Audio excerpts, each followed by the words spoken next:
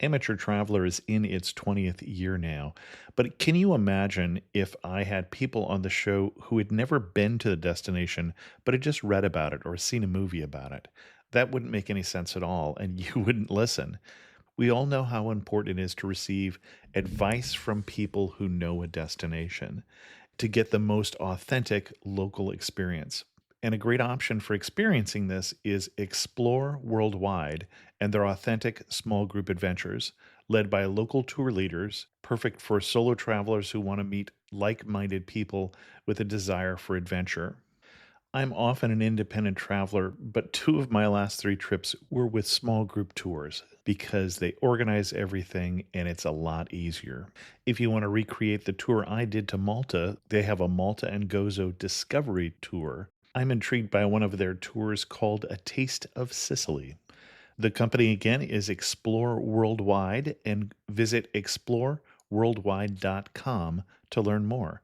And thanks to Explore Worldwide for sponsoring this episode of Amateur Traveler. The nights are long, the days are short, and the weather is chilly to downright cold, depending on where you are. It's a good time to slip into a Quince iconic Mongolian cashmere sweaters, which start at only $50. You can treat yourself to everyday luxury at an affordable price with Quince. If you really want to dive into luxury, you can check out their leather handbags, washable silk shirts, and European linen sheet sets. Whatever you're looking for at Quince, all the prices are 50 to 80% less than similar brands, and they do that by partnering directly with top factories and cutting out the middleman. They only work with factories that use safe, ethical, and responsible manufacturing processes. And of course, they use premium fabrics and finishes for that luxury feel in every piece. But you've already heard me rave about my Quince travel pants. Treat yourself this winter without the luxury price tag. Go to quince.com/traveler for 365-day returns plus free shipping on your order. That's QUINCE.com/traveler to get free shipping and 365-day returns. Quince.com/traveler. And thanks to Quince for sponsoring this episode of Amateur Traveler. Got my bags packed, I'm on a roll. I'm heading out there, and I'm ready to go. I'm looking real good in my passport photo. Oh, no. Amateur Traveler, episode 619. Today, the Amateur Traveler talks about cathedrals and medieval towers, space-age architecture, and playgrounds designed to look like literary giants, paella, and festivals with things on fire as we go to Valencia in Spain. Welcome to the Amateur Traveler. For those of you who listen to the iTunes enhanced version of this show, it's a very important announcement after the show. Please make sure you listen to that because changes are coming. But first, let's talk about Valencia. I'd like to welcome back to the show Jason Jenkins from anepiceducation.com, who's come this time to talk to us about Valencia, Spain. Jason, welcome back to the show. Thanks for having me again. It's always fun to be here. And Jason has been on twice before. He's been on talking about Tokyo and also about Lombok, both of which I'd enjoyed, so we brought him back a little sooner than I usually do, which is a nod to the good job you did last time, Jason. Why are we talking about Valencia? First of all, thanks again. It's an honor to be back a third time. I guess we're talking about Valencia because it's a place I know fairly well in that we lived there for 2 years. And when I say we, my wife and my two kids, we lived in downtown Valencia for 2 years. And then we have established friendships and relationships and just were back this past March for the Fallas Festival, which I certainly hope to talk about while... I certainly hope to hear about it, yeah. It's certainly one of the main things that I think is worth pointing out to your listeners. It's a place we know. It's a place we love. We've written a lot about it. We went through a lot of drama to be there as we are not EU citizens. We had to go through visa requirements and things to be able to stay for as long as we did. We put our kids in local schools there. My son tried out and made it onto a third division football team and played our soccer, played there for 2 years. So it's a place we know and love very well. Well, and the one thing we should say, we're not really talking on Amateur Traveler about going and getting visas to stay and things like that. We're talking about usually a vacation, which is easy in Spain, harder if you want to stay there longer. Although, since you were there, I believe they have put in the visa for people who do an online business. And they're one of the few countries, one of the only countries in Europe I know that has that basically the idea is that you're not stealing a job from somebody else if you're coming in with your own online business. So, yes, that's right. It's kind of like the visa we had. It's called a non-lucrative visa, and we can shift directions. I know that's not what we're talking about, but we were on what's called a non-lucrative visa, which means we are not making money in Spain. right. We have a job outside income. I was still working online through our blog and through some old clients in Japan from when we talked about Tokyo. We lived there for 13 years before this. So yes, we had a non-lucrative visa to live there for 2 years. Non-EU citizens have to go through a certain amount. And that's not the crux of this interview, but it is a place that I would highly recommend for anyone going for 1 week, 2 weeks, or much, much longer. You could spend weeks and weeks in Valencia and not do the same thing twice. Lots of different opportunities. It doesn't get the same kind of attention. It's the third largest city in Spain, but it does not get the attention that Barcelona and Madrid often get. So I'm here to sing its praises. Excellent. And we have done a show about Valencia, but it had been quite a long time, so it's worthwhile updating it. Why should we go to Valencia? There's a lot of reasons, and I mean, a lot of them are the same reasons that you would go to any beautiful Spanish city. There's fantastic food, lots of different sort of cultural events, but I think there are some that are unique to Valencia. I mean, to be honest, and you may have discussed this in other Spain-related podcasts, but Spain, in many ways, is a lot of little countries put together. We could say that about Canada, the United States, the UK, but there are literally different languages. I mean, in Valencia, they speak Castellano, which is Spanish, and they also speak Valenciano, just like in Catalan or in Catalonia, where Barcelona is, they speak Catalan, and there are different cultures and traditions that go along with that.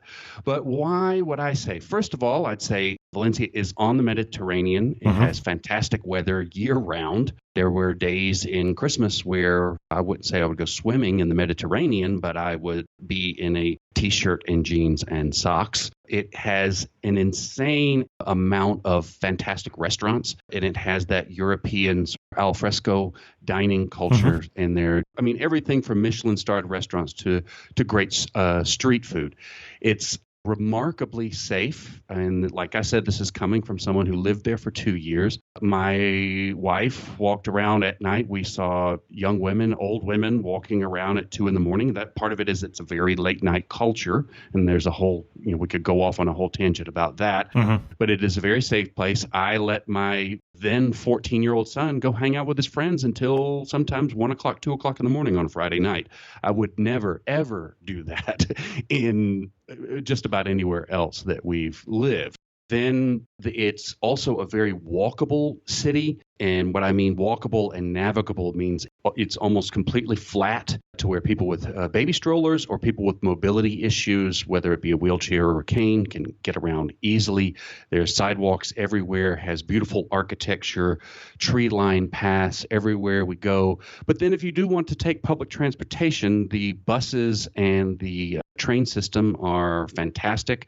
It's very easy to get a card that you can just zap when you get on so you don't have to fiddle with change. I can talk about how to get that card later if you want. Okay. There are also public bikes that you can pick up in one place and then return within 45 minutes. And that 45 minutes can get you halfway across the city. And when I say that, that's another thing that we really like about Valencia. And one of the reasons we stayed so long was that it has everything that you want in a big city. And, large public festivals, good cinema, art galleries, museums galore, good restaurants. But it's almost laid out like a small city. I mean, we lived on one side of town and we could walk to the center of town in half an hour. A nice, beautiful walk and not along garbage dumpsters or something like that. It has a fantastic public park that we'll definitely get into at some point in there because I think it's one of the main attractions of the city, and I'll tell you why it's unique as we go along. Excellent. Well, let's talk about what we should do. Where should I start? That is up to you, sir. You know Valencia much better than I do, I think it's fair to say. I think probably one of the major cities in Spain that I have not been to. I've been to most of the major cities in Spain, but not to Valencia. Well, okay. Well, then Hopefully this will be convincing, and maybe we can even meet there sometime. I've sort of divided up the things to see. I mean, I could go into like all of the museums, or I could go into restaurants and things like that, but maybe it'd be better to go by sort of region of the city or certain area. So Well, why don't we start in the historic center? Exactly. That's where I was going to start. In the El Sounds Carmen district, Valencia was part of the Roman Empire. And then as years passed, it was also a walled city during the medieval times. And so the old walled city is an area called, sometimes I've seen it written as El Carmen. Sometimes I've seen it without the N, El Carme.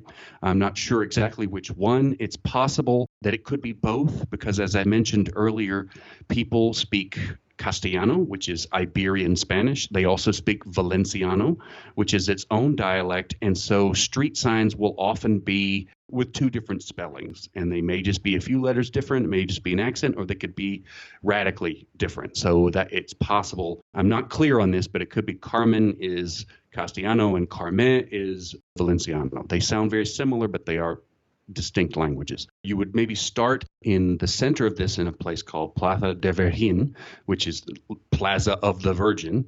And this is where the main cathedral is. And I actually forgot to write this in my notes. Many people claim that this is where the Holy Grail is supposed to be in this cathedral. That's the first I've heard that claim. Okay. And it is a claim. Yeah, sure. There is a bejeweled chalice in there that does not look like anything that I think would be the cup from the Bible, but many people claim that it is housed in this cathedral. And it's a magnificent cathedral, whether this claim is accurate or not. This is the area where that is. And there's a basilica, there's a cathedral in this area, and there is a large open square, and there is still a Roman decree etched into the marble in the center of this square. So, it really gives you a perception of where you are. It's also very close to what's called the Torres Serranos. Torres means tower. Valencia was a walled city, but there were only two towers. The wall came down a long time ago. I can't remember if it came down during the Moorish occupation, before, after, but the wall is gone, and there are only two of maybe 14, 15 towers left.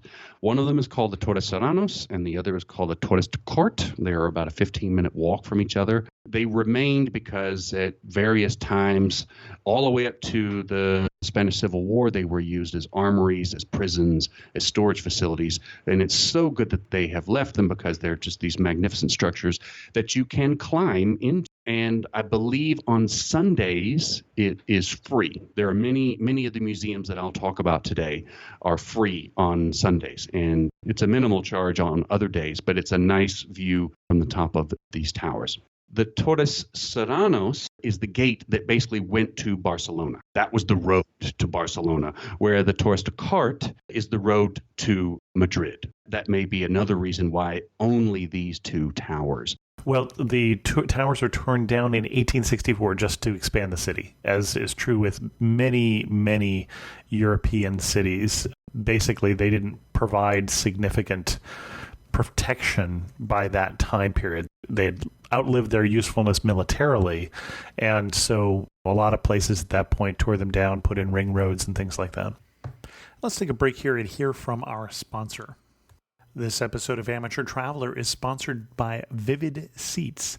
Vivid Seats is an online event ticket marketplace. Whether you're traveling across the globe or across town, Vivid Seats can help you get tickets to a local concert, show, or sporting event. If you're going to New York, get tickets to a Broadway show. Have plans to visit Chicago, see historic Wrigley Field.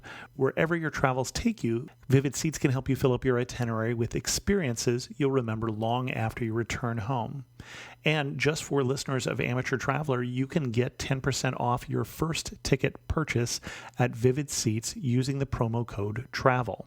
That's it, just travel. So as you plan your next adventure, go to vividseats.com or download the app and enter the promo code TRAVEL to save 10% on your first order, whether it's a concert, theater, or sporting event. This offer is good to the end of August 2018, and thanks to Vivid Seats for sponsoring Amateur Traveler.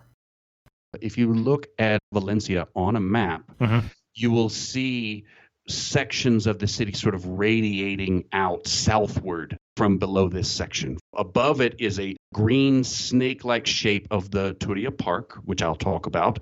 And then on the south side, you will see the ring roads, and the city radiates southward. It radiates northward as well, but you have the park kind of stopping that. Okay, so the El Carmen area is the oldest part of the city, and there are loads of various churches and cathedrals and restaurants in that area. I highly recommend just going for a walk, heading from this main plaza, the Plaza de Virgin that I mentioned, and heading in any of the three directions. East or west is probably best. If you head west, you will end up at the Torres de Cort, the other tower that leads to Madrid. If you head east, this is one of my favorite streets in the old quarter. There's just loads of opera houses and theaters and small galleries. And one museum that I would mention is, it goes by a variety of names, but the easiest to remember is just calling it the Toy Soldiers Museum. Oh. I've also seen it written as the Tin Soldiers Museum. Okay. This place is good for children, as I have, but it does not require you to have children to enjoy it. It has hundreds of thousands of tin soldiers. First few rooms you walk through, it's literally just the recreations of battalions of various ages of Spanish soldiers. But the deeper you go in, you end up in these sort of dioramas of ancient Egypt and ancient Rome, and then World War II. And then there's one massive diorama of a battle that I had never even heard of, that most North Americans battle between the French and the Spanish in the 1800s. And we're talking horses and miniature trees, an amazingly, dizzyingly complex diorama of a battle scene. Do you remember what the battle was? It sounds like it was probably the Napoleonic Wars. It probably was, and this is something I maybe should have put in my notes beforehand. I cannot remember, but what I mean is there are so many of these types of scenes. And Sure, yeah. I mean, there are some that go back to Neanderthals fighting a mammoth next to the Romans, next to ancient Egyptians, next to Hitler and Mussolini. There's just so many different ones. And then there's a room with Batman and all sorts of sort of comic book type characters as well. But it's just an amazing place, and it's right in the downtown area, and I would mention it. On the other side of the plaza, I would definitely recommend going to the Archaeological Museum. Like I mentioned, this was a Roman city, and there is evidence of the Roman city all around the town, but they've lovingly preserved underneath the main square. You can walk downstairs and see the columns, see the baths, see the places where they stored food and fish and pickled vegetables. There are various nymphaniums, I think is how you pronounce it, the fountains for the water nymphs. And they do a good job of making it a little more interactive and less dry than some archaeological museums, in that there are places where you can push buttons and then it will do it in Spanish, Castellano, it'll do it in Valenciano, and it'll do it in English. Some of them, I think, did it in French as well, where it will be like a man on the ground. Like it'll be, for example, a Roman soldier standing next to this nymphanium explaining a day in his life. So there's little bits of fun that you can have. Maybe this is actually a point that I should mention. Valencia, despite the size and cosmopolitan nature of the city, there is not a lot of English in this town. Maybe because it is overlooked by a lot of tourists. I don't know. It's certainly not as popular as Madrid and Barcelona. And in fact, even if you drive 90 minutes south of Valencia, you end up in a place called Denia, where there's even English language radio stations and signs in English and German because of the tourists. I do not know why. It could be because there is a second official language in Valenciano, and I say this in that a lot of museums will only be in Spanish and Valenciano, and a lot of restaurants, waiter will not speak much English. A lot of the attendants in museums will not speak English. At least in my experience, and this is 2 years of living in the city, we found, for a city of its size, we found surprisingly few English speakers, or at least confident English speakers. And it was not an issue like, say, in parts of France or in Barcelona, where people are just turning up their nose and insisting that you speak their language. Because I've experienced that, and I have a certain amount of respect for that. This is sincerely people who just never learned. They never learned. They speak French, they speak Valenciano, they speak Spanish, but they do not speak English, at least in my experience. Other places that I would recommend in the El Carmen area, there's lots of fantastic street art and sidewalk cafes. You could spend days doing only these things. If you walk further south, you will find yourself at the Mercado Central, the central market of Valencia, which is arguably, and not just my opinion, one of the most beautiful public markets in Europe. For your listeners, simply Google and look at the images for yourself. The one in Barcelona is larger and has more eating establishments and things like that, but it is not more beautiful than the interior of this Art Deco building, the Central Market in Valencia, hands down. Mercado de la Boqueria is what you were trying to think of in Barcelona. Yep. That's the one. It's a great place. I highly recommend it if you're in Barcelona. But if you are looking for a beautiful building and a beautiful market, it's really hard to beat the Central Market of Valencia. The streets around the outside of the building also have some nice cafes, but the market inside is great. And there's actually one place, this is not some insider knowledge, I've seen it written somewhere else, but Carter Camara is a Michelin-starred restaurateur, has a restaurant in Valencia, but he also has a sandwich shop inside the market that is fantastic. It is a working man's, it's a little higher end than the usual sort of bocata. Bocata is the name of a hard bread sandwich that's very common food in Valencia. They're a little higher end, but they're not expensive, and it's a great place to eat because you'll definitely want to be full before you walk through that market because you will get hungry very quickly. Lots of fine cheeses, wines, olives of every shape and size, filled with everything from blue cheese to anchovies to octopus. You will definitely want to get some food there. That market is fantastic and is definitely a highlight of the city, at least an architectural highlight for me. I'm at a loss right now. I forgot to write down the information on the building. It's one of those that is just, it's been many things before it was a market, but it is an amazingly beautiful Art Deco building. Not far from there, and when I mean not far, I mean 2-3 minutes walk, is a UNESCO heritage site called La Loña. And La Loña is the old silk market building. It's like a stock exchange in a way, not a market in the way the Central Market is a market. It is an astounding building. It's very easy to get in, and it's not a place that you're going to spend hours. So if you're going with children or people who aren't necessarily interested in long, convoluted histories, you can go here for 20 minutes or you can go here for an hour. It has these amazing spiraled columns, astounding ceilings that have inscriptions along them basically saying, "Blessed are the honest," because the dishonest will go to hell because this is a marketplace. There are gargoyles outside. It's just an astounding building. It looks from the pictures like it could be a basilica. It's that ornate.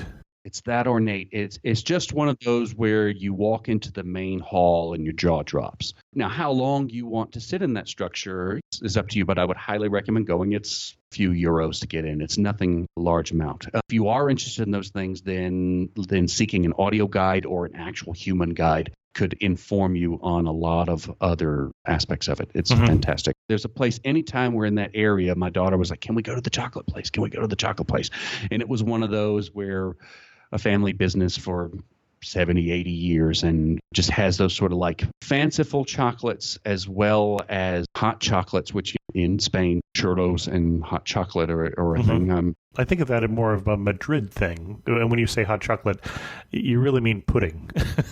You're right. I mean, the spoon literally stands straight up. It's a sauce. Yeah, you dip your churro in, yeah. It's not a beverage, that's right. But yes, the churros and buñuelos, those stands you will find all over the place with the very thick hot chocolate. And that's definitely an enjoyable little break in a variety of places. I'm not sure what you're talking about there. Buñuelos is it's another kind of deep fried donut, like, where a churro is a stick, a buñuelo is more of a mound, as it were. But both of them are deep fried and covered in sugar. At least in Valencia, and especially during festival times, you will find churros. Some will be dipped in chocolate, some will be dipped in strawberry, melon, caramel, variety of flavors. Banana, the banana one's disgusting, but the other ones are really, really good. There's also something called a churro relleno, which is just like a chile relleno. Relleno just means filled, and it's like a larger gauge churro that's then been stuffed with caramel or chocolate, and they're fantastic. They're sinful. They're just downright sinful, but they're good stuff. So we've sort of explored El Carmen, and then there's lots of little cafes and galleries in this area that would be worth your while. But I think I've really kind of covered some of the main things that you need to see in here, as well as just the cathedrals and basilicas around the area.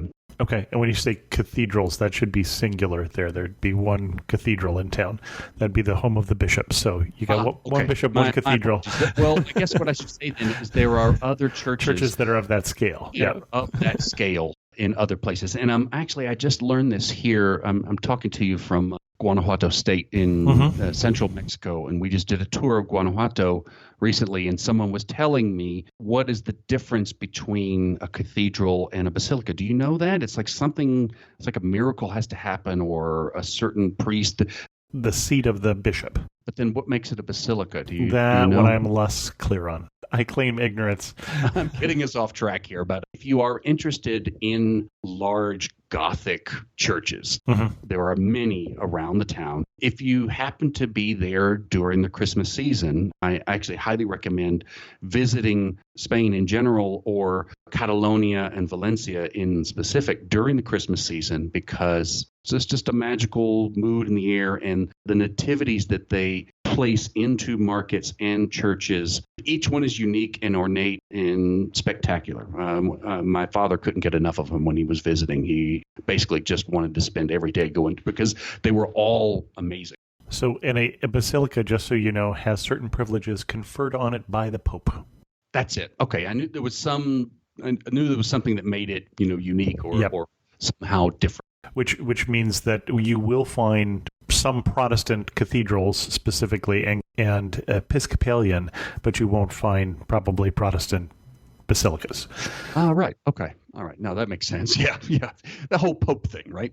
So radiating out from El Carmen, the next neighborhood beneath that on the east side is an area called Colon. And I'm just going to speak about this really quickly because there's a lot more to talk about. But Colon is sort of the Rodeo Drive, the shopping district area. And then there is another beautiful Art Deco market building there called Mercado Colon. And I just wanted to give it a shout out because it's a really, really beautiful building. It's not a market in the same way the Central Market, in that it's more of like cafes and bars and little hipster shops. But it is just it's a spectacular building and a great place to hang out. And it's in the shopping district area. So I would definitely want to mention that. Let's go north of the Carmen neighborhood. If you're looking at a map of Valencia, you're going to see this long green strip that is called, by a variety of names, it's called Jardín del Turia, it's called the Turia Park.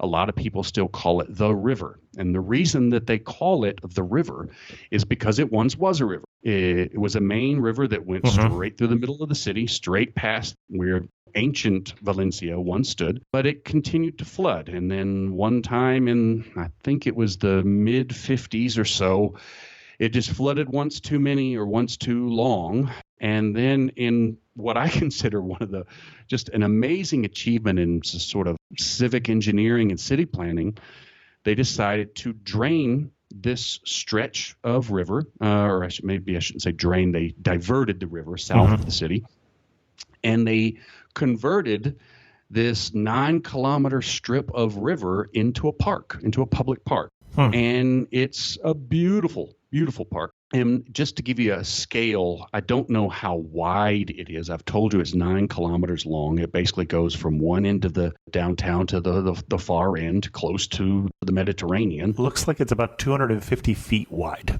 So relatively narrow, yeah. It's narrow, but that's also 2 football pitches. Imagine one football pitch on one bank, one football pitch on the other bank, and then a strip through the center that's at least a 3-lane road. Now, it's not a road. It's walking paths, biking paths, playgrounds. There's a baseball field, a rugby field, multiple soccer pitches. That's where my son's, where his soccer team played. There is an opera house. There is a symphony hall with a magnificent fountain. There is so much in this area. And so this park, depending on your taste and what you want to do, I definitely think spending a little bit of time in this park is worth your while. If you have kids or if you just like to see bizarre playgrounds, one of the most in the world is in the middle of this park. It's called Gulliver Park. And if you're familiar with Gulliver's Travels, then you remember the story of what were they called? The Lilliputians? The little tiny people. Yeah. Lilliputians, thank you. Imagine if the playground equipment is a giant Gulliver that is tied down and the children are now the Lilliputians. His hair is the slides. His jacket is the slides. His boots is the ladder. The ropes that tie him down are the ropes that the kids can climb on. It's a really, really cool amusement park. You can bike by it. You can walk by it on these tree-lined. There's fountains and sculptures and small little rivers and the stuff like skate parks and small playgrounds. On the west side of this park, on the far west side of this park, is Valencia's zoo. And I rarely, almost never recommend zoos. I'm not a fan. We don't usually go to many animal attractions. And you can judge for yourself if you want to go to this one. But this is one of the better zoos I've ever been to, in that there's a considerable space. I mean, it is still a zoo. These animals are contained in a small space, and so you'll have to make your peace with that. But you feel more like you are walking through their environment. You feel like you are the caged one and walking through tunnels through theirs. It's really impressive the way the zoo is laid out. If you like that sort of thing, then I would definitely recommend that to you. Now, on the east side of the park, the far east side of the river park, and when I call it the river, locals will still say, "I'll meet you at the river," even though it is no longer a river. And I should mention, too, that across this river are still these medieval stone bridges that are just spectacular and beautiful to look at. So we're now on the east side of the park. We've passed by the Palau de la Musica, which is the symphony hall. There's a massive fountain and sort of a courtyard square. This is a great place to go on Sundays. There are hipster swing dance groups that meet here and hang out on the weekends. Not all the time, but this is where skaters go and little kids on roller skates. And then you keep walking along, and then you're going to see this massive, well, it's an opera hall, but it almost looks like an futuristic. Well, futuristic is a nice way of putting it. I mean, some people, I would call it brutalist if it didn't have so many curved lines. It looks like a space age bike helmet, basically. No, so it's got to be a lot more square to be brutalist. Yeah, well, what I mean is it's just that kind of, it's all curved lines, so brutalist is not the right one. This is the Reina Sofia Opera House, and there are multiple theaters inside this building. Various times there are free tours that you can take of the building. I highly recommend you taking them. The main opera hall is all in like blue reflective tile. It's magnificent. But then there are multiple other opera halls in various places. And some of the tours, we did a particular tour on one day where you're sitting in seats backstage while things are happening. I mean, they were able to do an entire performance without even opening the curtain. If that tells you just how large it is. It's a magnificent building inside. I'm not crazy about the outside. Oh, see, I think it's attractive. So, but I didn't live there, so. No, well, maybe it's because I was looking at it from the roof of my building every day. No, and it's just a personal taste. I would certainly rather have that there than a gray square building, for sure. Actually, it looks like a bike helmet is what it looks like. Definitely. That's some sort of space age bike helmet. So now we've walked past the Symphony Hall. We've walked past the Opera Hall. We're still in the park. We're still in the park, but now we've entered an area called the City of Arts and Sciences. Past the Reina Sofia Opera House. What's coming up next is called the Science Museum, and it's named after like a Prince Philip. I think it's like Principe Philippe of Science Museum. You're going to have this, and you're going to have this strange eyeball-looking half dome, which is called the. If you're not looking at these pictures, I'm going to try to paint this picture for your listeners in that we've gone from basically old Europe and medieval columns and all of this, and now we're in this futuristic. Everything is painted white, and it's very bold space age architecture. Mm-hmm. There was some Disney movie called Future World or something with George Clooney a while back, and they filmed like it was supposed to be the space age city, and they filmed it in the city of sciences. So just to give you an idea of just the contrast that we've sort of transferred into. Tomorrowland is the name of the movie. Tomorrowland, thank you. The movie Tomorrowland, those scenes were filmed in the places I'm about to describe. So the hemispheric is in a pool of water. It sticks out to where it's like a half dome, but with the reflection on the water, it looks almost like an eyeball. And that play IMAX style movies there. It's like a planetarium. It's a dome shaped theater underground. Yeah, the last time I was in one like that, it was at the Expo in 1986 in Canada, and they called it an Omnimax. So I don't know if that is a generic term or not. Right.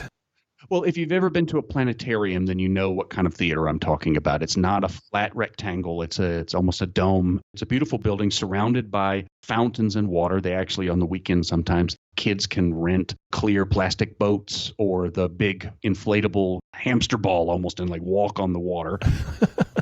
Then when you get past that, you get to the Science Museum, which is another glass and steel and white stone building that's just magnificent to look at. They have concerts here on the weekends. Moving past that, you're going to get to the Oceanographic, or Oceanographique, I guess is how I would say that. I think it's actually Valenciano that is written in. And this is the city's aquarium, and it is a super duper futuristic looking aquarium. It's a walk in, walk out place. Some of the architecture here will remind you of space age seashells and a variety of things, and they filmed a lot of that Tomorrowland in that building. Now, all of this is within 5-minute walk of each other. It's all in the end of the park. And from here, you have all of these different grassy fields to have a picnic, bike lanes, playgrounds, walking paths, jogging paths, wooded areas. And then there's exits, of course, on both sides of the river, and along the edges of the river, there are restaurants, cafes, shopping areas, shopping districts. So it's an easy way to spend a day in this park, which I think is a great place to go. There are bicycle rental places in the area. If you can't get the public transportation card, you can just rent a bike for the day, but it's definitely a place worth mentioning. I'll just give a little shout out to our old neighborhood. We lived right across from Gulliver Park that I mentioned earlier, and the neighborhood to the west of that is called Rusafa.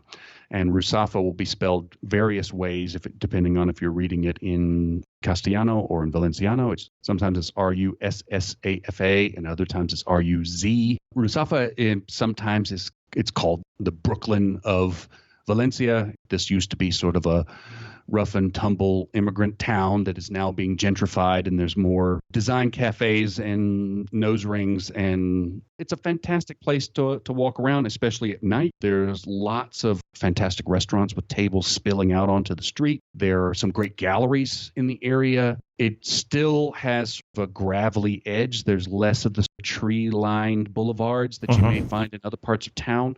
It's a little grittier, but when people ask me where to stay, I recommend, if you're looking for hotels or Airbnbs, in the Rusafa area, sort of the west part, the closer you get towards the park, it's called L'Exemple. It's like L'EI example, almost sounds like example. That's definitely a more well-to-do area, but there's fantastic old city blocks with loads and loads of restaurants that are worth wandering, looking at the menu, and checking. Spanish don't eat like people, North Americans or British do. I've already mentioned that it's a late night culture. Right. Well, and it tends to get later as you go further south. It's later in Sevilla than it is in Madrid, in part just because of the heat. That's right. The colder it gets, the more you want to go inside. Yeah. Valencia is a late night culture, and it also has, like many parts of Spain, there's basically 5 meals a day. People don't eat a large meal. They eat a little something when they wake up, and then they have breakfast later, and then they have lunch around 2 or 3 o'clock. So if you are traveling with kids, or you are someone with low blood sugar levels or something, and you're hungry around noon, you may not find a lot of these restaurants I'm talking are open. Same thing goes for dinner time. If you go walking around downtown or any of these places I'm talking about, and you're looking for a dinner restaurant at 7 p.m., they're not going to be open. And then they may not be open at 8. They may not even be open at 9. They may be opening the doors at 9. It's a very late night place. I'm not going to say you're not going to find any place open. There's lots of bakeries. You can find you can find some bread, or you can find a boccata, the sandwiches I was talking about. But I'm talking about a lot of the restaurants that you may be looking. They may not open until 9 or 10 o'clock. It's not uncommon. So the sooner you adjust your diet to that, the happier you'll be, because it'll be very frustrating if you show up at a place hungry at 7 o'clock and then you have to leave disappointed. Well, and we had a trip to Spain 18 years ago or something like that, and we did not adjust. And the problem with that is we were in places that were catered to tourists, but what that meant was that the good restaurant didn't open till 9 or 10. And so if you want to go eat at 7, you were eating at some lousy tourist restaurant that really you knew you were going to get a bad meal from the moment you walked in. And that was disappointing. Yes. And so maybe I should mention that places that are open for lunch at noon are serving to tourists. And you're probably going to get tourist prices, and you're probably going to get tourist taste. Well, and the other problem with if you're catering to tourists, you're not catering to repeat business. The local place has to be good because they want you to come tomorrow. So maybe this is the time to talk about the national food of Spain, which originates in Valencia, which is paella. Oh, I didn't know that was from Valencia. Okay. It's totally from Valencia, and I definitely want to touch on this at some point, because one of the sort of side trips to, basically the rice fields and the bioreserve south of the city is where a majority of the paella rice is grown for the entire country, and it's ingrained into the culture there. And there's a whole other side trip that if we have time, I'll talk about it. But paella is serious business in Valencia, and there are a variety of forms of paella, and they are all delicious, but traditional old school paella is usually it's chicken, duck, or rabbit, or maybe a combination of the three. There's no seafood in it. There's no shrimp. There's no fish. Those type of paella, your typical Valencian will eat, but they will say, this is not paella. This is fish and rice. So just interesting. You're talking about Italians say this isn't real coffee, or French say this isn't real this. Valencian, there is really paella valenciana, and that is what we're talking about. And Valencia has a variety of foods that I have not even have time to get into here that are delicious and very unique to the region. The main kinds of paella you'll find paella with shrimp. You'll find the black paella with squid ink. It's usually served with garlic mayonnaise. And you'll find a lot of these paella places near the Plaza de Virgin. I have not had a good one in that area, maybe even because they're usually settling for tourists. There's other places I can tell you to go for that. Well, why don't you tell us one or two other places to go for that? Basically, I want to eat paella down near the area called Albufera. Albufera is the biosphere, but it's south of the city, and it's basically rice field. If you knocked me unconscious and I woke up and looked down here, I would have thought I was in Asia for a moment, because it is rice fields after rice fields. But the rice grains there are very fat and short and stubby. When people talk about paella, it's not the toppings. It's the rice is the main ingredient. The rice is the star, and the rice has to be right for someone from this region to say that it's good. I'm not saying that putting clams and shrimp and all of those things into a paella, if you take a class in Barcelona, is not delicious, because it certainly is.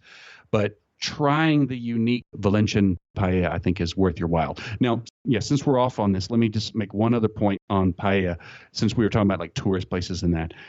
Any restaurant that serves paella at night is serving to tourists. Paella is traditionally a lunch meal. The Spanish, as we were talking earlier, Spanish in general, they eat on a very different meal schedule, and lunch It's a is big the meal. largest meal Yeah. of the day. Lunch is the largest meal. You eat at 2 or 3 o'clock, and it lasts several hours. My children literally got off 2.5 hours in the middle of their school. My kids went to local schools there for 2 years. They got out at 1 o'clock and weren't supposed to come back until 3:30 because they're supposed to sit and have this large meal. Traditionally is the way it has. We changed a few things along the way, but it is a siesta type culture where you go home, businesses close. That's another thing is if you need a fountain pen or something from a tool shop, it's not going to be open between 1 Right. and 3:30 in the afternoon. But I'm digressing. If you want to eat paella, you need to be looking for it in the afternoon. Now, the side trip that I was talking about, since we're talking about paella, I highly recommend looking into a side trip to an area called Albufera. And Albufera is where the rice fields are. It's also where tens of thousands of migrating birds go through the year. There's a part of the park where you can go in, and one time we went in the summer. I can't remember if it was summer or winter. I'm getting them mixed up. But one time we were there and there was 15 types of duck. Then 6 months later we went and there were flamingos, like literal flamingos standing out there in the marsh. So this area gets very close to the Mediterranean Sea, and so it's kind of brackish. But there's towns there called El Saler is one. El Saler is a rice growing town. And if you get further south, a place called Sueca is another. It's on the southern end of this. You go to these towns and you're going to find the real deal. That's where you're going to find real paella. And so I would highly recommend that. One place that we liked was called El Rec. I don't know if it still exists. I don't know if it's still good, but that's a place that I went with Valencian friends and we really liked it. It was right on facing up to the river. People take real pride in this and they are very picky about what is and what isn't paella. But visiting this area, I think, is a nice sort of side trip. There's old traditional houses. It's a time capsule in a lot of ways. And I'm going to start to head us towards wrapping up here. So why don't we wrap up this, and then we've got at least 3 things we haven't covered yet that you mentioned earlier that we have to pay off on. You mentioned a boat trip. We'll finish the thought on the boat trip. The boat trip is in Albufera. That's going into that area to do. I think if we're running out of time, then I think I really need to talk about the Las Fallas. That was one of the 3 that we needed to pay off on. The other 2 that I want to do quickly is you mentioned street food. Street food, like you would get in the suites. The other main street food would definitely be various forms of olives and bocadillos.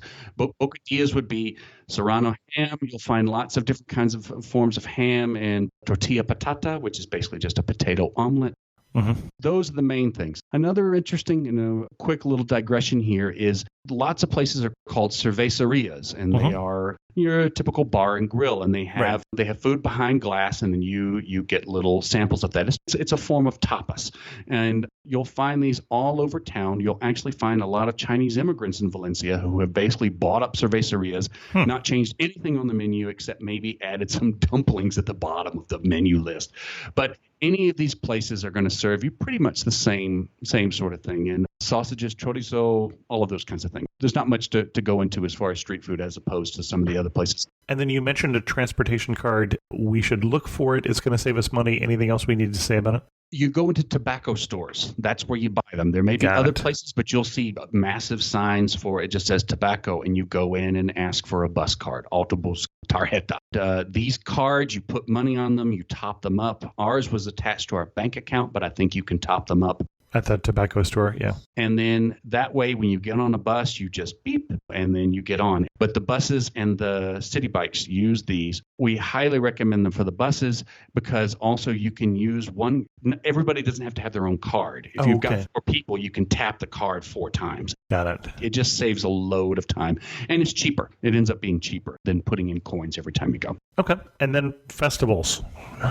Fallas Festival, Las Fallas, is one of the most spectacular things I've ever seen. And it seems like a crime that so few, at least North Americans, know about it. I don't know how many Europeans know about it. The last time we were there this past March, I did hear more English and French than I did in the past. A little Russian, actually, which was kind of surprising. But It's mostly something known to the Spanish. People know about the running of the bulls. Mhm. People know about Tomatino, which actually happens just outside of Valencia in a town called Buñol. The You're familiar with tomato fight. Tomatino, the big tomato fight. Everybody's seen that. That's all over the place, but the Fallas Festival just hasn't seemed to catch on.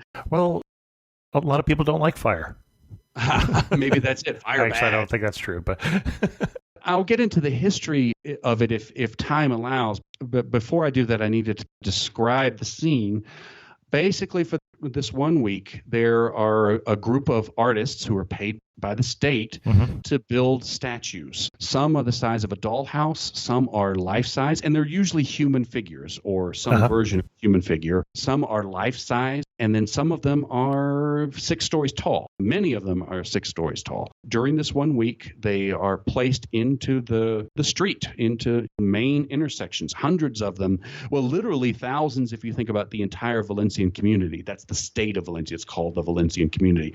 But in the city of downtown Valencia, there are literally hundreds of them. Some of them, I mean, imagine one of them, the main figure, is just a head that's probably 2 stories tall with other than life-size figures around it. They're completely ornate. If you Google the images, and of course I'll be sending you some images, you will see they are spectacular. They are colorful. Some of them are childish. Some of them are a little profane. If you are easily offended, you might find a few of these to be a little subversive. A lot of them are very political, meaning that you will recognize faces like Obama and Putin and Trump and Kim Jong-il, and then 100 other Spanish politicians that you might not know are figured into them. So there's a lot of political messages. But just seeing these figures is an astounding work of art when you see the size and scale and how long it took these men and some women to build over the course of the year. And at the end of this week, they are all burned to the ground in front of huge crowds, all of them except one. Oh, I didn't know that. I did not know there was except one. Okay. They keep one actually in the Science Museum, and the venue may change over the years, but in the past few years, one of the exhibition halls in the Science Museum has this massive room with the medium size, the life size ones that are like, human size of various, artists have made. And people, you go and you see and you vote. And one is saved and spared and put into the Fallas Museum. And all of the others, including all of the large scale ones, are burned to the ground in front of your face at midnight and 1 o'clock in the morning.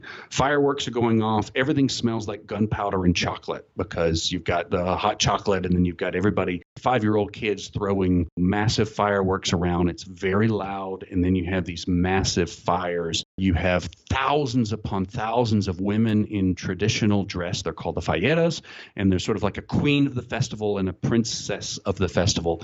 And they're in astoundingly ornate period dresses in parades, just seemingly marching all day, every day. At the center square, for 30 days, there is something called the mascleta. And the mascleta is fireworks in the middle of the day. And these are not meant to be beautiful and colorful. They're meant to be loud. And if it tells you how loud, I couldn't watch television, and I lived a kilometer away. And this happens every day at 3 o'clock leading up until the main mascleta. And I'm sure that we can put links to YouTube videos or other things where you can see this. It's so loud, pregnant women are not allowed to be within 2 blocks. Oh, my gosh. Actually, the local tradition in Valencia is they say, don't plug your ears, open your mouth so that the sound can go through your head. Now, I don't know if there's any scientific basis to that. But all of these things are happening at once, and it's complete insanity. And this mix of art and chaos and music and tradition. I didn't mention that all of these thousands of women from all over the entire state of Valencia in these period costumes from 5 years old to 60 years old. They go on these parades, and then they're carrying white roses or red roses that they then carry to the center, the Plaza de Virgin, where we started this entire conversation, to a 3-story statue of Virgin Mary. And they present these flowers to her, and then there are people there filling the white and the red to create these ornate patterns of this Virgin Mary statue that by the end of the festival is completely covered in flowers. Of course, they do not burn the Virgin Mary statue. It's just covered in flowers. But all of these other statues that carry all of this different meaning. I mean, it's like a Disney acid trip or something. how else to describe it, because the figures in a way are sort of childish, but then they may be doing something kind of subversive, or there may be a little bit of nudity, or there's obviously some political message that, and celebrities that especially if you follow football, soccer, I mean, you'll see Cristiano Ronaldo and Messi in there. You'll see there was at least half a dozen Donald Trumps this year in various forms, and Kim Jong-un, and then all of the main people in Spain, France, and Angela Merkel, a massive one of her. And we're talking about a festival that happens in March? March. It is March. And the history of it is basically it's the celebration of St. Joseph, who was also the patron saint of carpenters. Hundreds of years ago, carpenters they would have these spare wood so that they could work in the winter. They would have this wood to hold candles up against the wall so that they could see. So at the end of the year, or at the end of the winter, they would have all this extra wood left over. And so they would burn it. But then the evolution is instead of just burning it, then they would start to make scarecrow type figures. And then suddenly those scarecrow type figures started to look like the one corrupt politician in town. And they just became more and more elaborate. Now there's a lot more materials involved, polystyrene and styrofoam, which of course smells awful when it's burning. And that seems like a bad idea, but okay. Yeah, it's a really bad idea, and I can't justify that at all. But when you see the size and scale of these, I mean, there was one I loved from a few years ago that was like a Dionysius figure. And then last year there was one and there'll be of various themes. There'll be one that's sort of an Asian theme, and there'll be another that's... Well, and I'm actually going to cut you off here because we're getting kind of long. Anything else we need to know before we get to Valencia? I think the main thing is if you're used to the typical North American or British schedule of when you wake up, when you go to sleep, when you eat, you need to adjust Give that up. and be ready for things to be closed in the afternoon. Not everything, but a lot of things that you may want to see will be closed for several hours in the afternoon. Okay. You're standing in the prettiest spot in Valencia. Where are you standing and what are you looking at? Probably at the top of the Torres Serranos. That's the main tower. You can see the park behind you, and then you can see the roads that go into the city. And of course, if we're talking about during Fallas, even the city square where I would be surrounded by these statues. Excellent. One thing that makes you laugh and say only in Valencia. Okay, this may be only in Spain, but I'll tell it anyway. Is when you've eaten your lunch, which is usually called a menu del dia. That's where it's a menu set, of the day, yeah. It's a set lunch menu of the day, and I highly recommend that's the best time to eat food at the fanciest restaurants because they give you a nice portion, and it comes with coffee and dessert. And I order my dessert, and then I ask for my coffee, and they look at me like a child who doesn't know his manners, and they tisk tisk tisk, and they say, "Just wait for your coffee." Coffee comes after dessert. Coffee comes after dessert. No one's going to give you coffee because you have 3 hours for lunch, right? You have 3. So if you try to hurry at lunch in Valencia, you will be tisk-tissed, and they will pat you on the head, and they're not offended. And when that happens, it's only in Valencia. Well, and the one thing we should say too, and this is true in Europe in general, but I think even more true when you're talking about this kind of restaurant culture, is good service is not fast service. Right. And you just need to adjust to that. Is good service is letting you have your meal and your time and your space in the table and not trying to turn it over quickly. So it's just a different set of expectations. I'm glad you mentioned that. You're not expected to tip, even though you can, but they're not working for tips, and that will become apparent immediately. And you may ask for your check 5 times, and they don't come. Well, and if you don't ask for it, they may never come. They may never come. So if you're in a hurry, you're going to need to take a deep breath. Excellent. And if you had to summarize Valencia in just 3 words. Sunny, relaxed, and cultured. I think that would be a good way to put Excellent. It. And cultured, you mentioned the opera. Anything else that sort of leads you to say cultured for Valencia? The heritage, one of my best friends there was a restorative architect, and he led me into, just told me so many amazing stories about the area. Classical music is revered. There are lots of cultural festivals happening with traditional music and traditions. I could have said traditions in a certain way, too. The people are very proud in Valencia. Excellent. Well, our guest again has been Jason Jenkins from anepiceducation.com. Jason, do you have a particularly great post about Valencia that we should send people to? Sure, sure. I have a number of them. I've got top 20-something things to do in Valencia. I've got Valencia with kids. I've got restaurants in Valencia. I've got a dozen of them. I'll be happy to send one to put in the show notes. Excellent. Thanks so much for coming on Amateur Traveler again and sharing with us your love for Valencia. Pleasure and the honor is mine, Chris. Thank you so much. I mentioned at the beginning of the show that I had some news, and I'm afraid it's bad news for those of you who subscribe to the iTunes enhanced version. We are making some changes in the show, and one of the things that means is that show will still be around, but you'll need to go to the website to get it. It will still be free. It will just be available only from the website, and all of the RSS feeds that you use to subscribe to shows will be for the MP3 version of the show. And unfortunately, this is something that I need to do. 13 years doing the show and barely breaks even. And as I look towards retirement, I'm doing some changes to try and see if I can make a little more money from Amateur Traveler so that I have some more options in terms of what we do for retirement. I hope you understand that.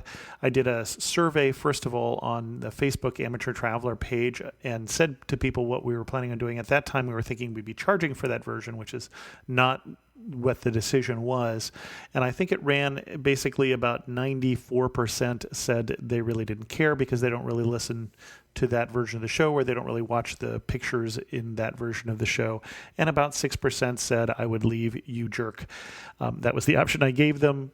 Sorry to see that 6%, but it's still something that I'm afraid I need to do at this time. I've been kind of toying with that idea, as you know, those of you who listen to the show for a long time, for 5 to 10 years, but it's just gotten to the point where I need to do something with that.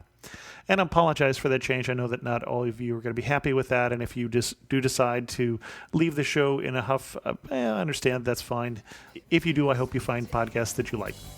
With that, we're going to end this episode of Amateur Traveler. If you have any questions, send an email to host@amateurtraveler.com, or better yet, leave a comment on this episode at amateurtraveler.com. And thanks so much for listening.